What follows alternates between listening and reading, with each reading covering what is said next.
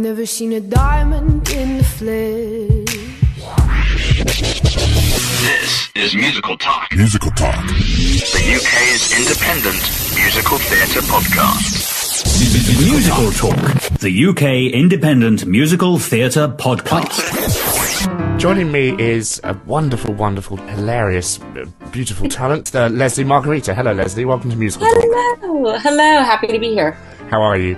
I'm good. Good. It's raining here in New York, which is sad, but... The irony is it's beautifully sunny here in London. So. That is very odd. Currently treading the boards as Mrs. Wormwood in Matilda the musical, which is very exciting. Yeah. A show for which I've held a long passion for, because I saw it all the way in Stratford years and years and years ago. Oh my gosh. Wow. And I remember saying on this show will just take over the world, and it sort of has really, hasn't it? Yeah, it really has. I hear it's really different from that first production. Probably. Yeah.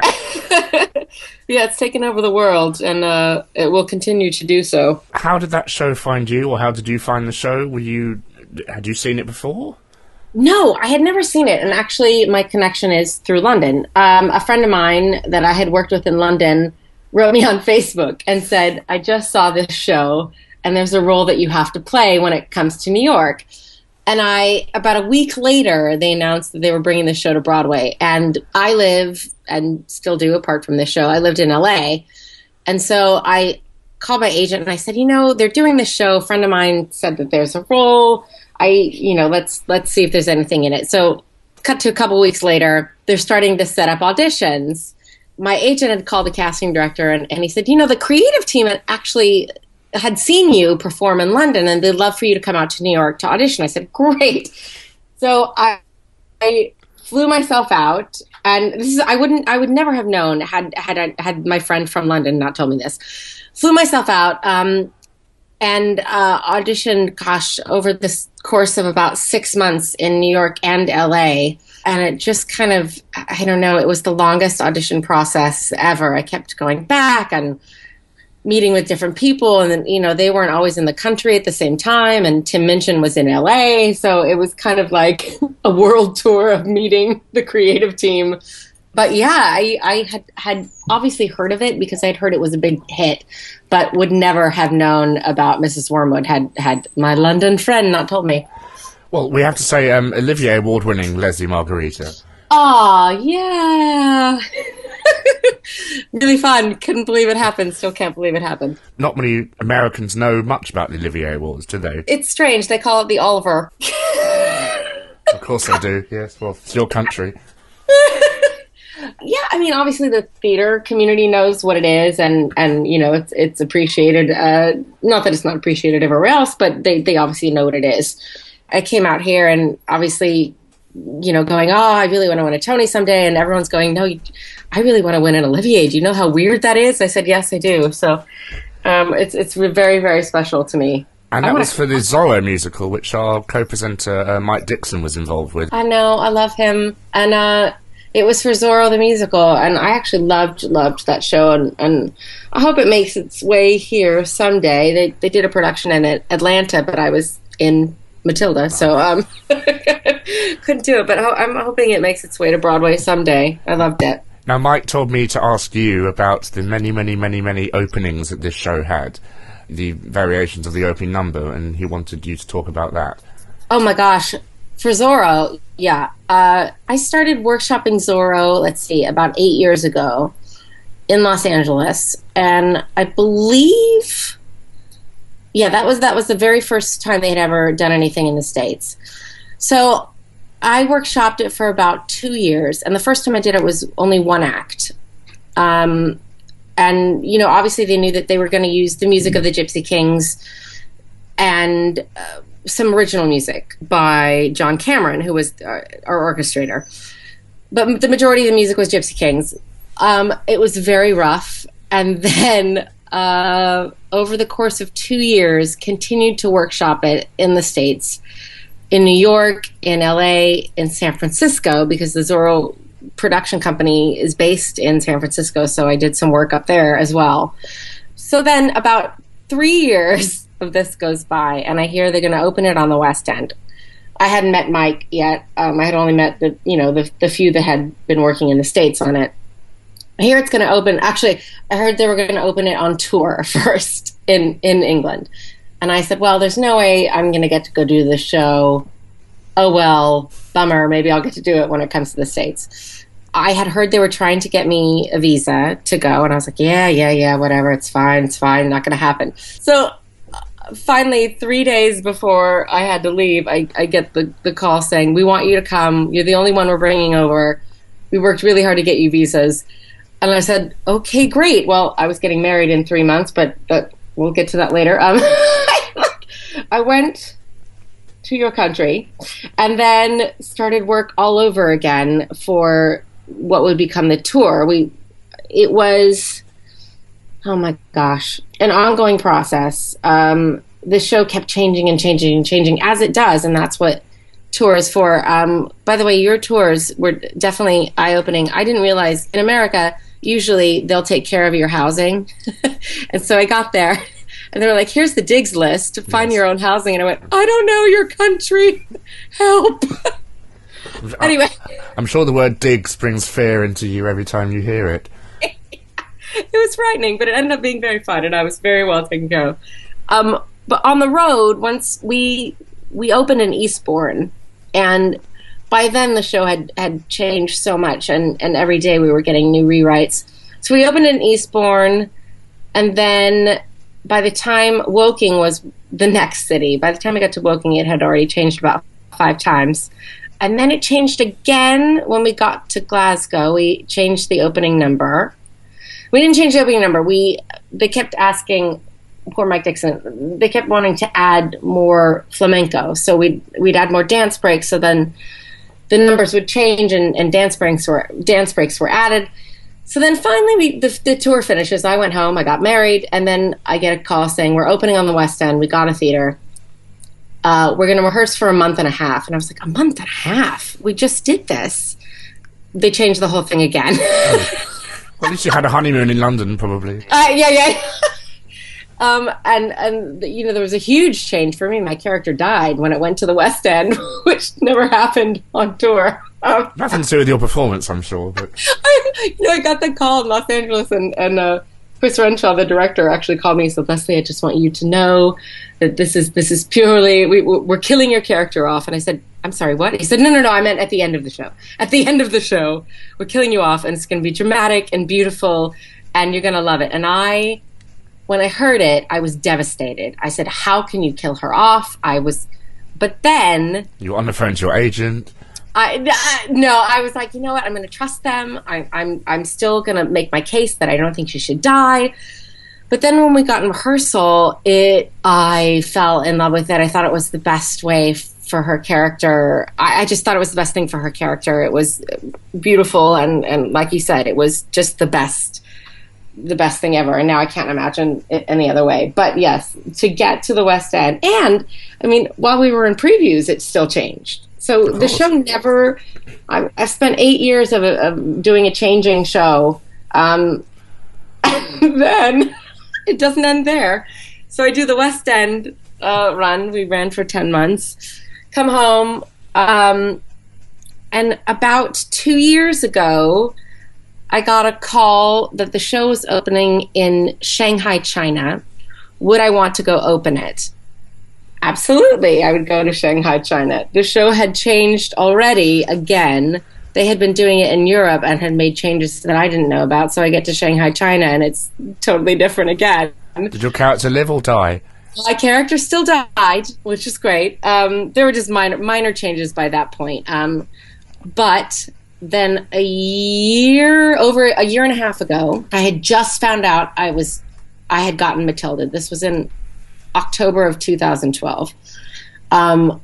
Literally just found out, and I get a call from Chris Renshaw again. The show is going to Atlanta. We want you to do it, but we're doing a workshop of some changes that we're doing in New York. Can you do it? And it was the hardest thing I ever did. I said, yes, I really want to come and do the workshop because, I've done 8 years of this show and you know what it means to me. As devastating as this is, I can't do the Atlanta production. It was like tearing my heart out because I could not imagine anybody else doing this role in the States, and I was gutted. But I went to New York and workshopped the new version, again, a different version. So I have no idea what version they'll eventually do here, but it has changed for 8 years. And granted, they're not major changes apart from me dying. They were just little tweaks. Well, if you're in such a routine on stage, even the smallest change can probably put you into a bit of a tiz. Oh my gosh. It's really hard. And every show goes through it. The luxury of doing Matilda here is that it didn't, because they had already changed everything that they wanted to change. So, we were in previews for Matilda just kind of twiddling our thumbs going, we're ready, let's go. In previews for a regular show, I know in Zorro, one number, we would be performing one number at night, rehearsing its replacement during the day. And so you still had to do the old version at night because the new version wasn't ready to go, but your brain had already learned the new version, and it's a nightmare, and you just kind of like hope and pray that you remember what you're supposed to do that night. So it's kind of sitting there rubbing your stomach and patting your head in a way. Absolutely. It's kind of exciting, but annoying. So, Matilda got huge success here, and it's doing extremely well on Broadway from what I hear, and I hope... Have you seen it? No. So interesting. We hadn't seen it. I knew what a phenomenon it was. Obviously, I still watch the Olivier's. I knew... It won a few. I'd obviously heard about Birdie, and when I first auditioned, obviously I went and I got the London cast CD, and I flipped. I was already a Tim Minchin fan, so it was kind of like I already was so excited to do it because I was a big fan of his, and I fell in love with my number loud, but I fell in love with the music, and I knew how special it would be. I knew when I was auditioning for this was the show that everybody wanted. Everyone auditioned for this show because you knew it was going to be a hit. You knew that it was different. You knew that it was special. It's so smart, and you knew it was special. It was just a given. I guess the question then was, how big of a hit was it going to be, which is what they didn't know. So, when I got it, it was kind of... couldn't believe it. And as soon as we started rehearsing, we all knew how special it was. And yeah, I definitely knew. They didn't want us to see the London version. I think in previous shows, I know the Broadway company of Ghost had gone over to see, but they didn't want us to for this production. And I think it was really smart. I don't think any of us have seen it, actually. And some of the London cast members have come over and gone, oh gosh, it's so different. It's the same, but it's so different. And I think, and Bertie and Lauren Ward came over and opened the show here on Broadway, and they were great about not hearkening back to the previous productions that they had done. And neither did the creative team. They just never did. They were completely open to what we wanted to do, and from what I understand, it's very different. Because there was all this thing saying, oh, it's too dark for Americans and they don't like dark things, and I just think it's just a show that can work anywhere, and Australia's next. It's going to do a US tour, which is very rare for it to happen that quickly, I think. I never once doubted that Americans, we have this reputation of being so stupid and and loud. And loud, and I just never doubted that they would get it. And because the thing is that children are incredibly smart, and I knew that although this is not a kid's show, I knew that families would be coming to the show. And I think because Harry Potter was so huge here, these kids know the language already. They get it. And kids are smart. They're not scared. They and I never doubted that people would get it. And I think the few that don't hear, I just think they're stupid. Well, it's a modern Grimm's fairy tale. It's very like Hansel and Gretel, really, isn't it? It really is, and it is dark, but life is dark, and that's why... Get over it. But that's why you have this little girl who is the light, and that's, I feel like, was so important to tell kids, and I think they come out empowered, and at least with the character that I play, she's so stupid and so vapid that I don't think you could take her seriously. I mean, you know, I don't know. I never doubted that people would get it. I didn't. They've been, you know, I think the only thing that we've had to change here are certain words that we don't use that you do that people weren't getting. And that was it. Otherwise, they made no changes. Well, we actually had changes come over to London from Broadway, like in the Miracle scene they have 5 years ago on the hospital screen, which is quite... I didn't know that. Oh, wow. Huh.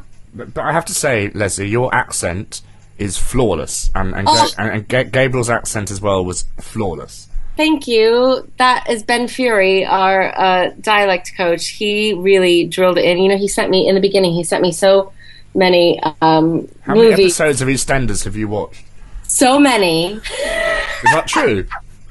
Yeah, he sent me EastEnders. And I think being there and having, like, met some of these people, it was easier for me to pick up. And I'm such a big fan of British television my whole life, so I had listened to these kinds of characters.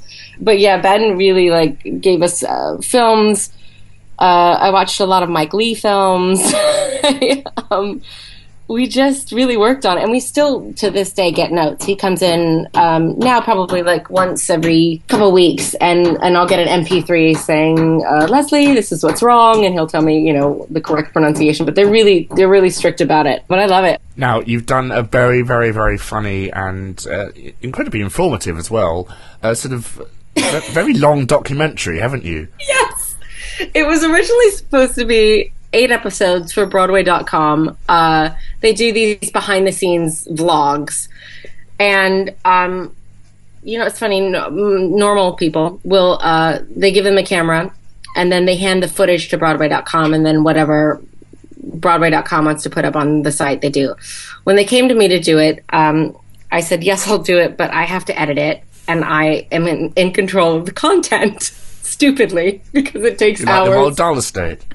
Like the estate. I knew I wanted to do something fun and different. They didn't have to approve the videos as well, did they? No, go. No. You know what, though? I did have to get approval on who I could show, what I could show. I have a whole list of rules. It's very fun. Like, I can only show kids in certain costumes, and it's extensive. And just because they want to keep them at, obviously I can't show how some of the magic tricks in the show work, and I would never anyway. But so yeah, I started doing this vlog, and it was originally supposed to be 8 episodes, and then they asked me to do a couple more, and then they asked me to do more. So it's kind of ongoing. It's winding up now. I've just got a couple more to do because there's really nothing else to show. You can show the hilariously oversized blackboard from behind. Yeah, exactly. And get fired. Yes. Yeah, I've pretty much shown everything that I can that they'll allow me to. But yeah, it's been really fun, and I wanted to. Obviously, I'm a little bit of a creative control freak, so I wanted to edit it and everything. But it's been a lot of work. You can edit this interview for me if you want. It's a lot of work. Yeah. Do you have desires to come to London now and see the show once you've left it, or? I do. I actually have desires. I really want to come back and do another show on the West End, in the West End, in the West End, yes. In the West End, on Broadway, in the West End. Yeah. See, I've been here too long already. I really do want to come back. I loved it there so much. So hopefully someone would want me to come back. But I would love to see the show over there. I would love it. I think after I'm done. You know, we have a Harry Potter play coming here soon. I heard that. I know. Shouldn't it be a musical, though? I wish it would, but then I'd worry that it would be terrible and ruin it. I'm such a big Potter fan. I don't know. Maybe if Tim Minchin did it. Well, Tim Minchin and Matthew Warchus are now doing the Groundhog Day musical. I know. Oh, God. I'm sure it's going to be brilliant. Tim Minchin and Matthew Warchus are now doing the Groundhog Day musical. I know. It's going to be amazing. Could get a bit repetitive, though, all words of praises. We have had some questions fly through on Twitter a couple of days ago for you, Leslie. So, that's good, Nick. Are you all right? Yeah. Good. Catherine Ann says, if you could play any other Matilda role for a night, she put who, but it should be whom. Whom would you pick? Whom? Trunch. Of course. Do you think they'll ever have a woman play Miss Trunchbull? I don't think so. I don't think they will. I think they were open to it. I just don't know if it'll ever happen. It's hard to now to go back or to completely change the keys and everything, you know. Yeah. I can't imagine that they would. Be Yourself says, craziest gift a fan gave to her. By her, he means you. Mm-hmm. At the stage door, somebody gave me ears of corn. A bag of corn that they had grown on their farm, and they were giving it to me. I don't know why, but I got ears of corn. How corny. Corny. When is your Lord cover CD coming out again? You might have to explain this to me, Leslie. That girl, Lord. You know Lord, yes? Do you know Lord, Nick? No, I'm not very hot on the hit parade. This girl, she's 16, 17, and she sings this song called Royals, and we'll never be royals. And it sounds like she is the most apathetic, bored, doesn't want to be singing, barely opens her mouth. Anyway, she's a huge hit. And every time I see her sing, I just... So you're a fan, then? Oh, yeah, huge fan. And so I always write about her on Twitter every time I see her, and so that's what that's about. No Lord cover CD. This is Ella Maria Lena Yellick O'Connor, Irish. Okay. Good, well, so we look forward to that coming out. Katie says, what is the best advice you've ever received about life in general, or about theatre? I think, and I always say this to people, is you do you. It's basically be you, but the best advice in life and theater, I think, is I spent so long thinking that I was weird and not like other people or performers, and at some point you have to realize that there is no one like you. So do you, be the best version of you that you can be. Don't ever try to be. Yeah, but like just in life in general, and that's kind of served me well. I mean, I think even in theater and auditioning, and for this I remember Matilda, I had one of the most horrifying things when at my final callback, there were about 50 people in the room between all the RSC and everybody, and the song Loud is Long, and it was about 8 pages of sheet music, and I had the sheet music in my hands, and in the middle of the song I'm dancing around, and the sheet music goes flying, and I swear you might have to be, well, I literally went, fuck, so loud in front of all these people, and I was horrified. I said, I've just lost a job. And they all started laughing. And later on, Chris Nightingale said, I'll never forget that. And that's probably what got you the job, because we knew that you'd be fun to work with. Mm. And I thought that was really interesting for something that I was like, oh, great, I was myself. And I thought that was the worst thing, ended up being the best thing. So I think that's the best advice ever. Just be you, do you. Swear in auditions, do it. Swear in auditions. Drop the F-bomb at auditions. If you could, this is from Katie again, if you could have lunch or drink with one person in the whole wide world, living or dead, who would it be? George Lucas. And his ever-inflamed neck.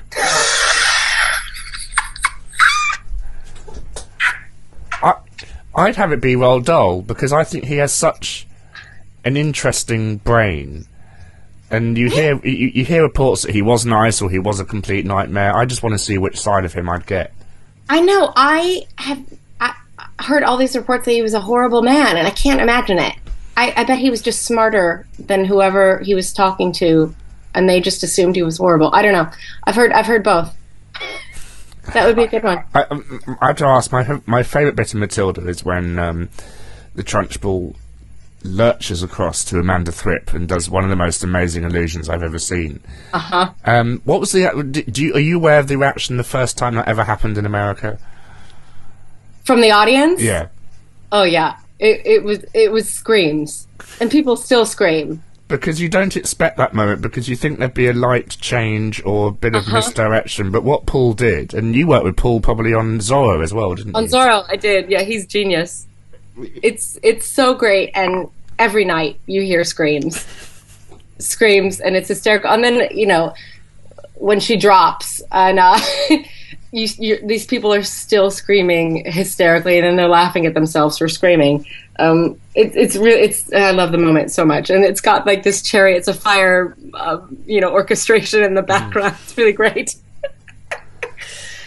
I think that's probably one of my favorite parts of the show. Yeah, it's a wonderful scene. And also, it's not knowing the musical, you probably sit in the theatre saying to yourself, they're not going to do it, they can't do it, they can't do the bit with the pigtails, because it's just impossible, but then it just happens. And the thing is, I'm warming up for Loud on the side of the stage, and so I can see the kids, the Amanda Thrips, and you see they're smiling, they love it so much. They're getting swung around and loving every second of it. They're 10 years old, they can handle it. So you've had Bertie Carvel do Miss Trunchbull, and now the wonderful Christopher Sieber is stepping in. Is that correct? Yes, I think he was supposed to start last week, and he broke his hand. This happens to everyone playing Trunchbull. They have to get injured at some point in the process. You do. You have to get injured. He was rehearsing the vault, actually, and he hit, not even on his landing, he hit his hand on the actual vault and broke it. So I think he starts next week, and I've seen him in rehearsal. He's going to be brilliant. He's so good. He'll be great. Totally different than Bertie, but amazing. Well, you have to be, I think, because you don't to... Because everyone we've had here has been different to Bertie. We have a wonderful guy called Alex Beaumont, who's actually Canadian, playing... Oh my gosh, I saw him in something else. Yes, he's done... I last saw him in Legally Blonde, playing Emmett. Oh my god! So, wow. bit of a 180-degree turn there. Yeah, absolutely. My other passion in life, Leslie, is theme parks, and we do verge over towards them a bit into... on this podcast. Now, I know you're a big Harry Potter fan. I'm just wondering, what are your thoughts? Are you aware of what's going on in Orlando at the moment? As far as they're building more of it? Well, they're building London. Oh, yes! Yes, I did hear that. This is incredibly weird for us as Brits to see this building site appear with the Wyndham's Theatre and King's Cross Station. And the fact that you can get the train from King's Cross to Hogwarts is utter genius, I think. I have not been yet, believe it or not. I'm going in October for the very first time. I'm so excited, but that won't be done then. I think that's... It'll be done in a few months. You're going to have the full experience. Oh, I hope so. I would love that. This summer it opens. You can get the train from King's Cross and go to Hogsmeade. Oh my gosh. I'm so excited. Because I was talking to Paul Keeve about it, because he loves theme parks as well. And I was telling him how they're going to actually you are going to walk through a brick wall at King's Cross Station.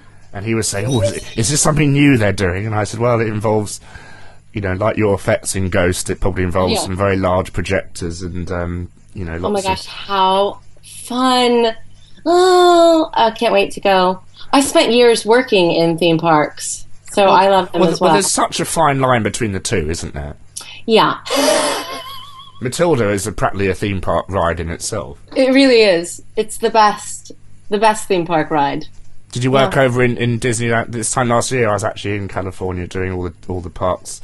Did you work in Disneyland or... I did. All through college I worked at Disneyland and Universal Studios. I did the shows at Disneyland. And I also did, for Disney, there's a theater in Hollywood called the El Capitan, and they would do live shows before showings of movies, so I did that for years. I did so many shows at Disneyland and Universal. Years and years I spent there. I loved it. Did you do Waterworld? I did not do Waterworld. But Waterworld was playing when I was doing the Beetlejuice's Graveyard Review. I did a Spider-Man show at Universal. At Disney, I did an Aladdin show. I did a Hunchback show. I was always the princesses that were a little slutty and had dark hair. I was always Jasmine or Esmeralda. Was that the Aladdin show at the California Adventure? No, it was before that. Before they opened that huge one, there used to be a dinner show right by the Jungle Cruise. Of course. Of course, and so I'd see the jungle boats go by in my Jasmine outfit. Yeah, it was before. I have seen that big show, though, the Aladdin one, which I thought was pretty great. Have you seen the even bigger one that's just opened on Broadway?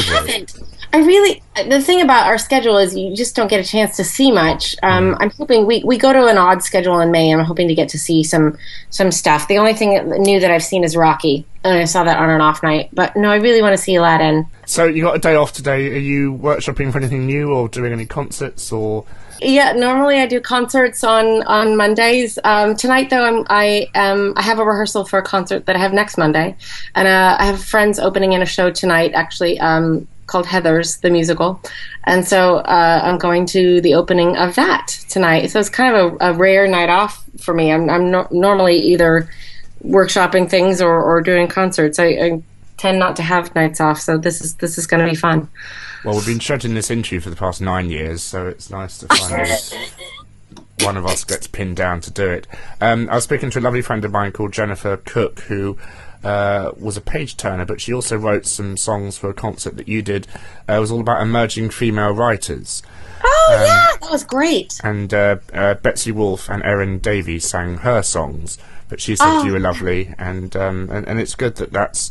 You know, you're out there supporting all these new works because you're... Yeah, I really... I have a problem saying no, which that sounds wrong, but I have a problem saying no to, somebody like that who's just coming up and not that I'm a big name, but they want somebody who's, in a show now and has some recognition to sing their material. I feel like that's, I just can't say no to that. And I think it's really important to find kind of the next generation of writers, and they're great. I mean, some of them are just fantastic, and I know that I'll probably be begging them for a job in a few years. So, well, it's interesting how Tim Minchin has led a kind of a revolution for the British musical again. I literally, even though he's Australian, but we like to think of him as being British. I know. I always think of him as British. I think even when I started listening to him when I was over there, I just assumed he was British until I found out.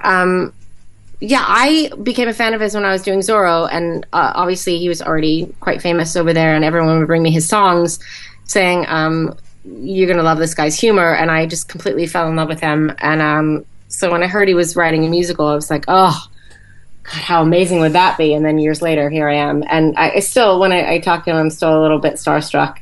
How can you not be? He's just great, but he's so normal, and both he and Dennis are so quick.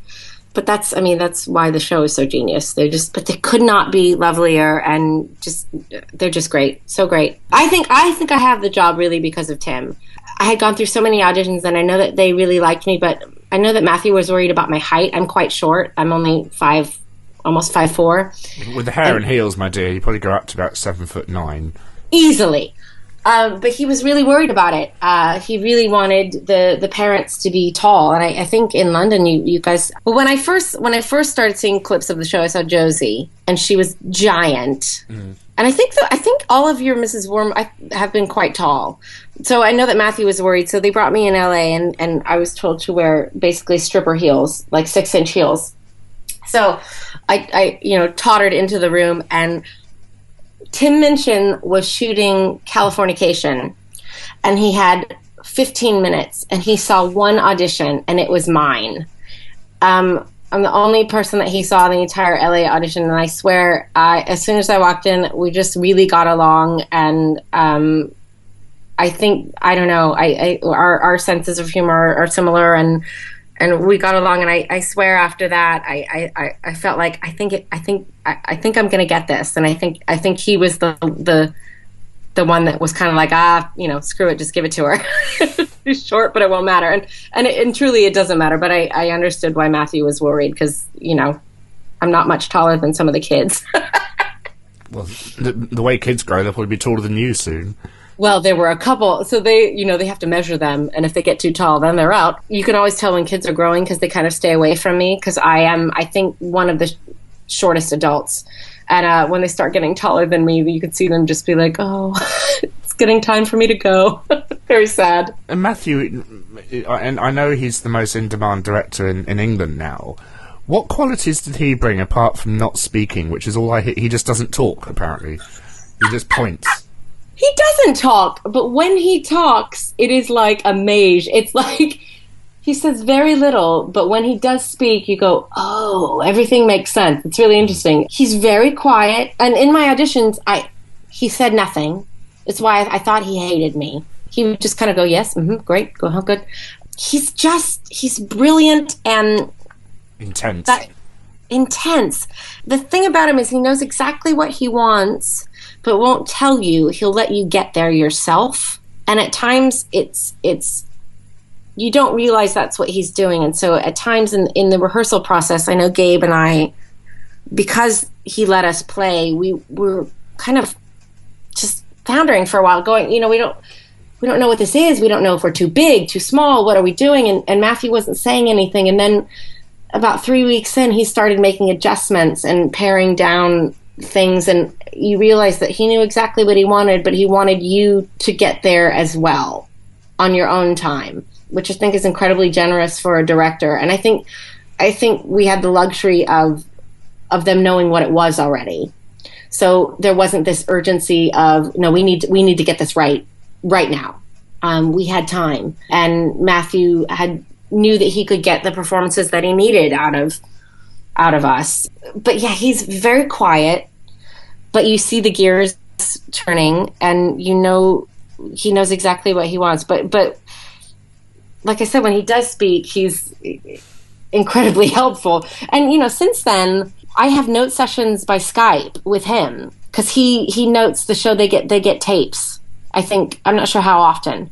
We had a big session about 6 months in where Dennis and Tim, and they all watched the tapes, and it's about that time where they go, this is getting too big, or this is, and they kind of reshape things. And that happens about every couple of months. I'll get notes from Matthew, and then I'll get to talk to him on Skype, and that's actually been great. And I thought he'd be gone. You know what I mean? I thought he'd had disappeared from the process, as I think most directors do. And he's so in demand.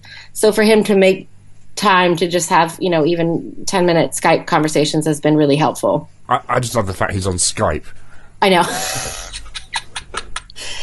Yeah, he's just on Skype, and it's like one after another. He plots out about an hour, and we've got 10-minute slots, and we get our notes, and he's just sitting there at home and gives us the notes, and it's really nice, actually. It kind of makes you wonder, though, did he give Lauren Ward notes when they got home at night? I always asked her, and she absolutely wouldn't. She would never get notes at home, she said, but because she said that they had a rule that they wouldn't talk about it at home, but she'd absolutely get notes like the rest of us at the theater. But she said no, at home they couldn't. She said home was time for their kids. And she said, obviously, like, it's going to creep in, but they try really hard. And she said by the time they got home, Matthew didn't want to talk about it at all anyway. Or at all. Or at all. Do you think being Mrs. Wormwood has now prepared you for being a mother? Oh, here's the thing. I don't like kids. Okay. Never have. And so when I got this show, it was the biggest joke to all of my friends. Of course, I would get this show with all kids, and what a perfect role for me. However, this show has absolutely changed my mind about kids, because these kids are genius. So I just need to have like a really talented, smart kid.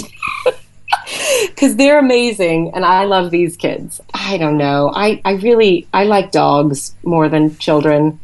I don't know. Has it You've got to clean up after dogs, though, for all their life, though. Yes, it's true. It's true. Has it prepared me for having kids? I think, if I could have a kid like these kids, then yes.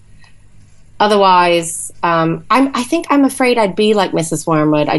I'm very Wormwood-esque already, not in the hating, screaming at children way. I'm just very sparkly and loud, and so that already, like, my audition, the clothes came out of my closet, and I already had fake nails, and it was and big hair, so it was not a stretch. Stripper boots.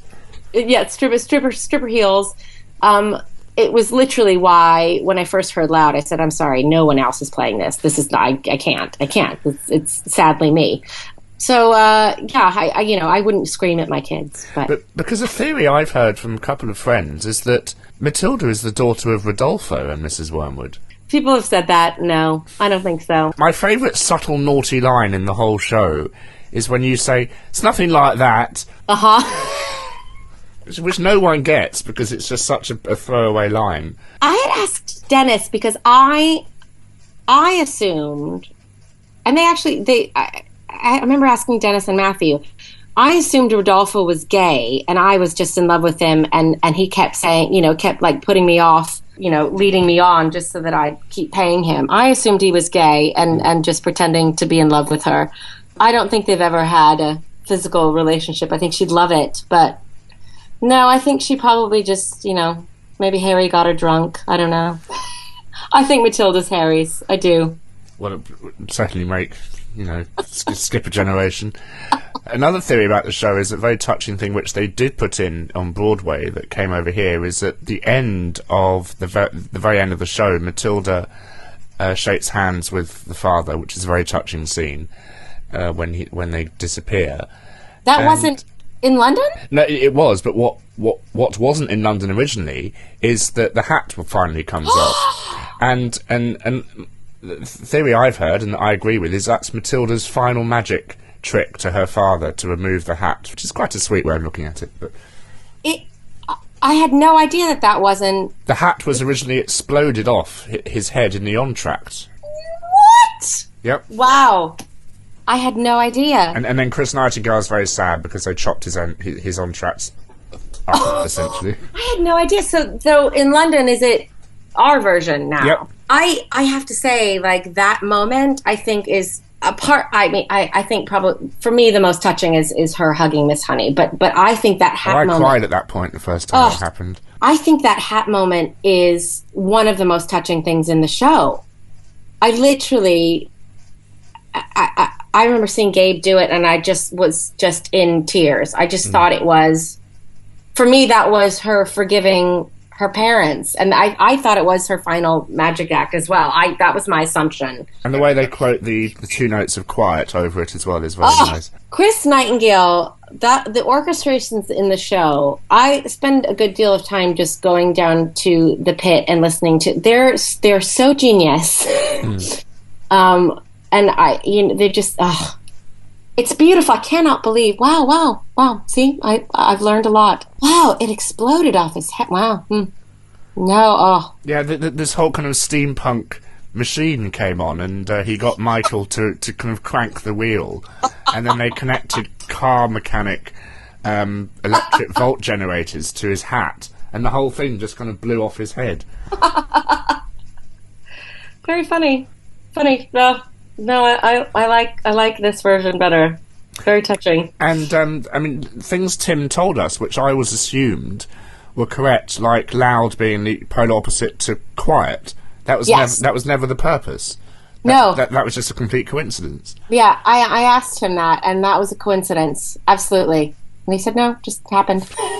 But Lesli Margherita, thank you very, very much for talking to us today. It's been absolutely lovely. We hope to have you on again soon to discuss your future career. And enjoy the rest of Matilda. Do you have any news as to anything else you're up to? Any concerts and things that people can come and check you out in? Or? Oh my gosh, I've got tons. I'm actually, if anyone is in New York in June and July, I do my own show called All Hail the Queen.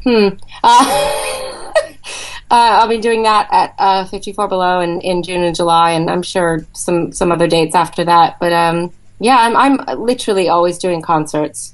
So you can go to my website, www.leslimargherita.com, and it's always up there. And you are on Twitter, and you are playing Mrs. Wormwood in Matilda at the Schubert Theatre on Schubert Alley. Is that correct? Yes. Of producers' fame, I believe. Yes, and I'm there for a while. I'm there for a while yet to come.